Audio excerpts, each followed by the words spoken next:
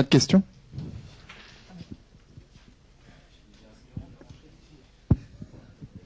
Hello, congratulations. I would like to hear your comment on the yellow jersey. Michael Rasmussen has been kicked from the Danish national team now.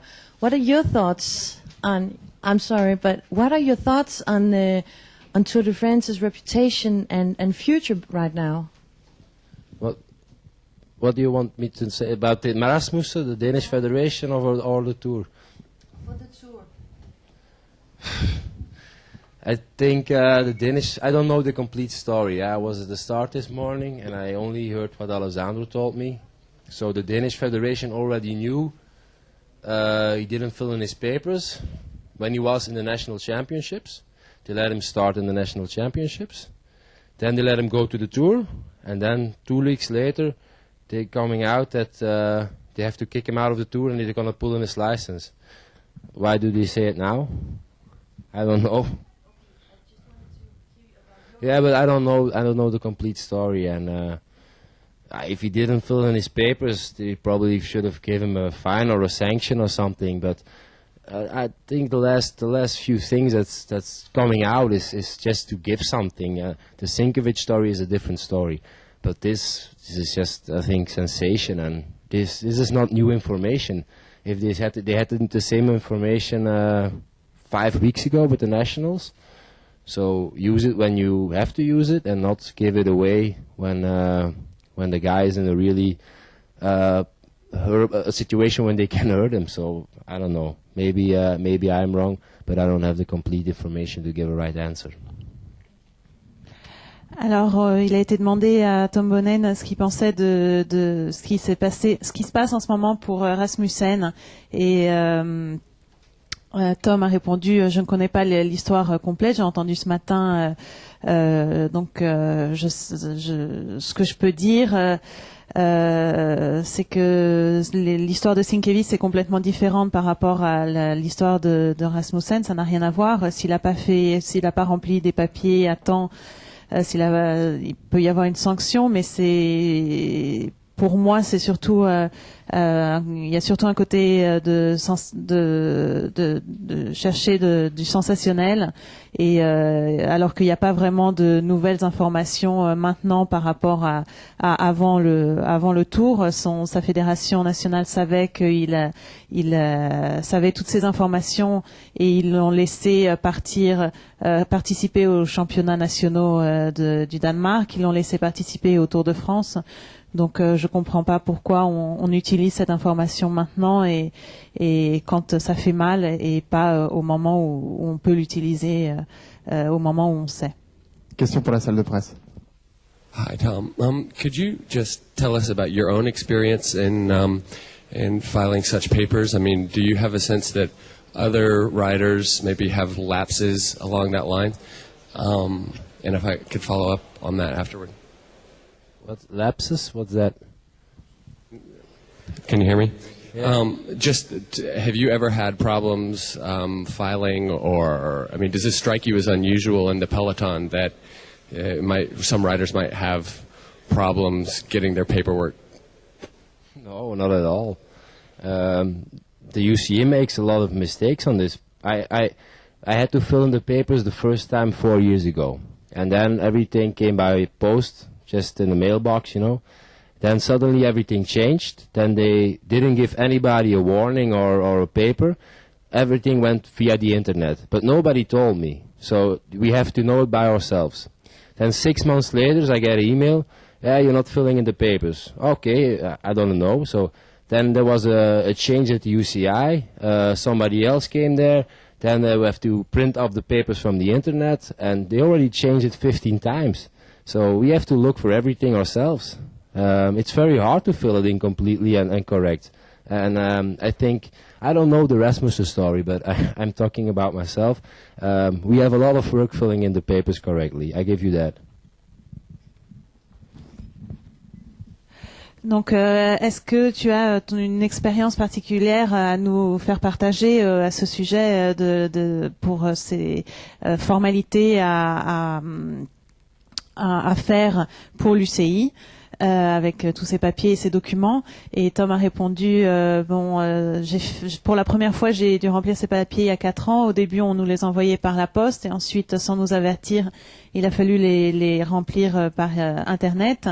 Et moi 6 mois après j'ai eu une communication de l'UCI que j'avais pas fait ce qu'il fallait, j'avais pas rempli les papiers.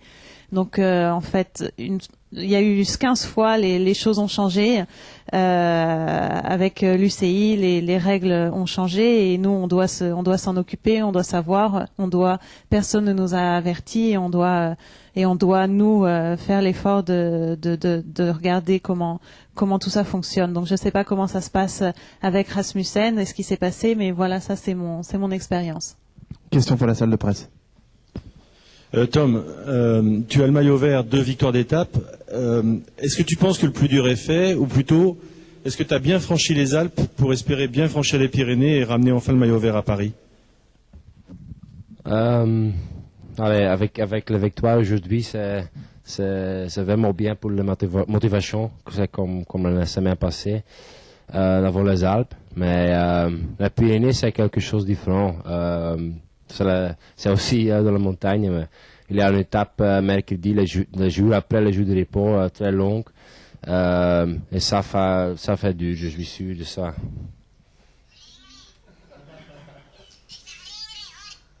That's my telephone. So it will be hard. Ça va dur. The question was if you are confident now after the Alps to bring the green jersey to Paris. And Tom answered that yes, the win today is very good for my motivation, and but the Pyrenees are different from the Alps. It will be very, very hard, especially on Wednesday, because you have a very long mountain stage after the day race, and it will be hard. 2 dernières questions. Hello, Tom. Congratulations. A few minutes ago, Gert Steegman said that the difference between Tom Boonen right now and Tom Boonen last year is the difference in the head. Is he right? And is there a difference between Tom Boonen this year and Tom Boonen 2 years ago? I think I'm a little bit stupider. I don't think as much, so I broke down my head. No, but I got more calm. I don't know why, but I think I did 3 years of hard work, very hard work from the first race I won, very first important race, until last year in the Tour, always the same. And then now, just from last year after the Worlds, I took some time off. I tried to relax a little bit more. For me, I did a good spring season, and then I took again some time off. And that was the first time after a long time I really had some time to do something else. And then I started preparing the Tour. Then everybody knew I had an injury. Again, a little bit time off. And I think it's the big difference is that I'm fresh again. And that will change. It's changing a lot, and it will change a lot for getting into Paris with a good condition. And it's been a while since I was able to really increase my performance in a stage race like this. And if you look to the figures, I'm even better than in the Vuelta 2005 when I was preparing the Worlds. And that means for me that I'm probably getting one of my best shapes ever, and it will be nice next week, and it will be necessary next week also. Steegmans a dit que le Boonen de cette année est très différent du Boonen de l'année dernière. Est-ce que c'est vrai et qu'est-ce qui a changé? Et Tom a répondu en rigolant, peut-être je suis plus stupide, je me suis un peu cassé la tête. Pour être plus sérieux, donc il dit je suis beaucoup plus calme que l'année dernière, que les autres années. Je ne sais pas vraiment expliquer pourquoi, mais je me sens plus tranquille. J'ai vraiment fait un énorme travail ces 3 dernières années. J'ai vraiment beaucoup travaillé et et ensuite cette année pour aborder cette saison, je me suis vraiment, j'ai vraiment senti un relax. Je me suis détendue. J'ai réussi cet hiver à me décrocher un peu. Ensuite, quand j'ai voulu préparer le Tour de France, donc j'ai eu des problèmes qui m'ont obligé à m'arrêter, des problèmes de chute. Et donc ça m'a permis d'aborder peut-être le Tour de France plus frais que les autres années et de trouver une grande condition au fur et à mesure que le Tour avançait. Je me sens vraiment très fort et même plus fort que en 2005. Donc j'espère garder cette condition.